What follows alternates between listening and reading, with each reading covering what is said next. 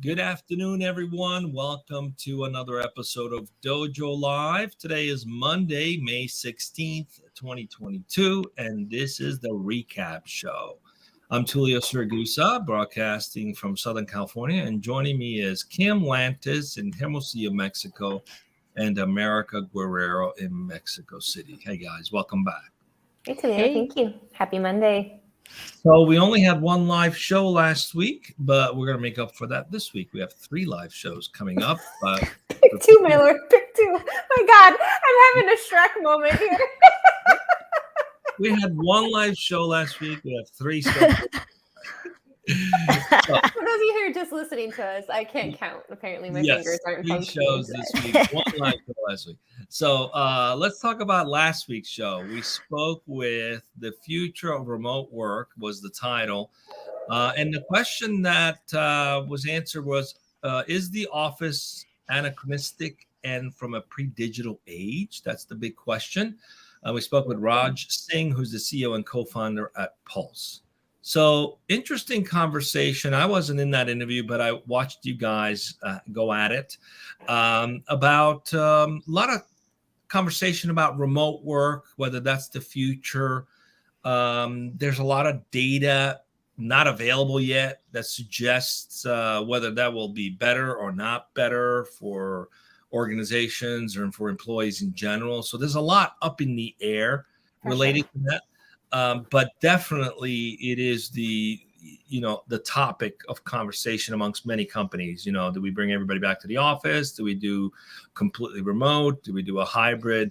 So I was curious to see what you guys thought of the conversation and what highlights kind of stood out for you guys during that. For sure. I think for me, the takeaway is, like you were just saying, it's really a big unknown right now. And I think what happens is every company, at least the leadership of companies, is sort of figuring out what they feel is going to be best for them as a company and sort of shifting into whatever that choice might be. And I thought that the shift for me is it's interesting how that's now putting, I think, a lot more power of choice, perhaps, in the employees' hands, where it's like we're all kind of figuring out what is it that I want, right? Now that we're coming out of this post-pandemic, like sort of maybe approaching normal again.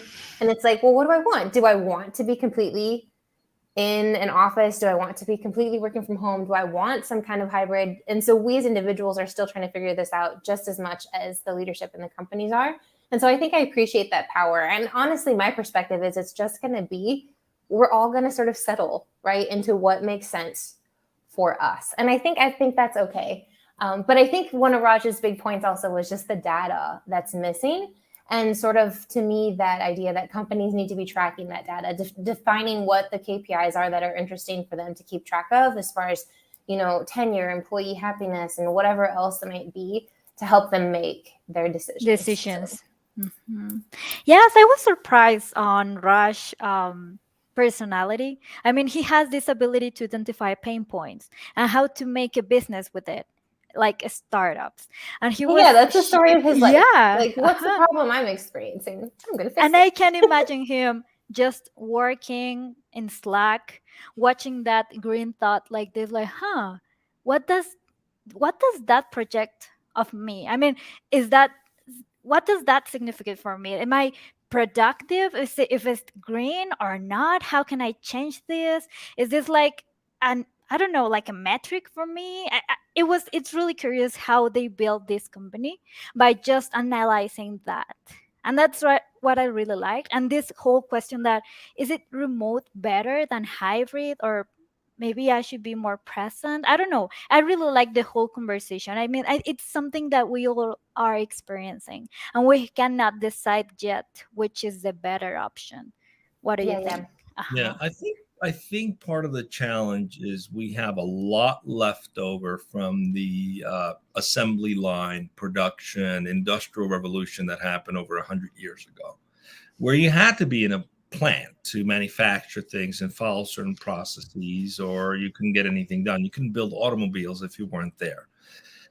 So the challenge is everyone's different.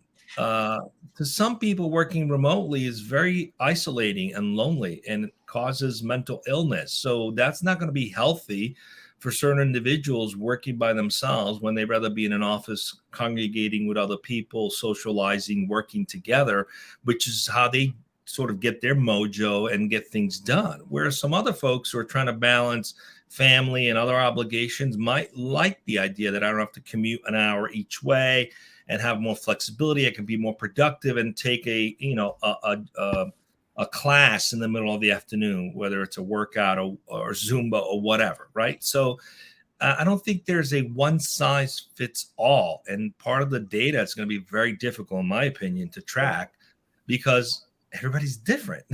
It's like, so, but I do like companies that are saying whatever works for you, as long as you generate value, right? Exactly. And I think that seems to be the way things are headed, for sure. Mm-hmm. Mm-hmm. What else came up? And his company does some unique things in terms of tracking, helping you see if you're being productive, if you're engaging. What did you guys think about that? Yeah, the way I understand it is it's like an extension of the status, the green dot, right, that America was referring to in Slack, of whether you're connected, busy or not, and just adding more information to that. There's this ability to personalize it. I think there's this ability to actually kind of go off the grid when you're in the zone and things like that. And so I found it to be very interesting because, to be honest, I never pay attention to the status of myself or anyone else in Slack. So I think that if it's something that can make that better and actually more useful for companies and teams, all the better. I think, is because as it stands, it's sort of, for me anyway, not very useful.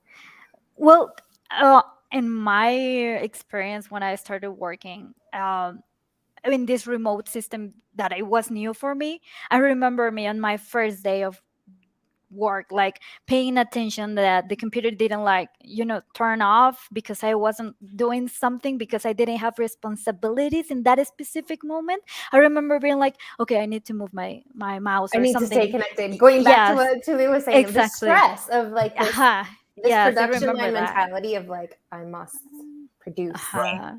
But here's a tip: if you're in the zone, the iPhone has a do not disturb feature on. Use it. It really notifications and things like that, where you can just focus and not get distracted. Because some people have the need to respond immediately syndrome. I'm one of those people. So I use that feature because sometimes you just don't want that distraction.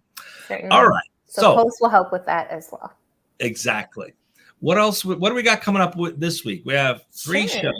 We do. Right? We do. We've got 3 shows coming up. Both. My God, what is wrong with me today?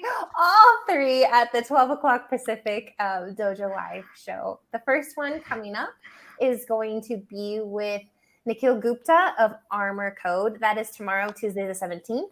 On Wednesday the 18th, we'll be speaking with Dan Demirs of Cinchi.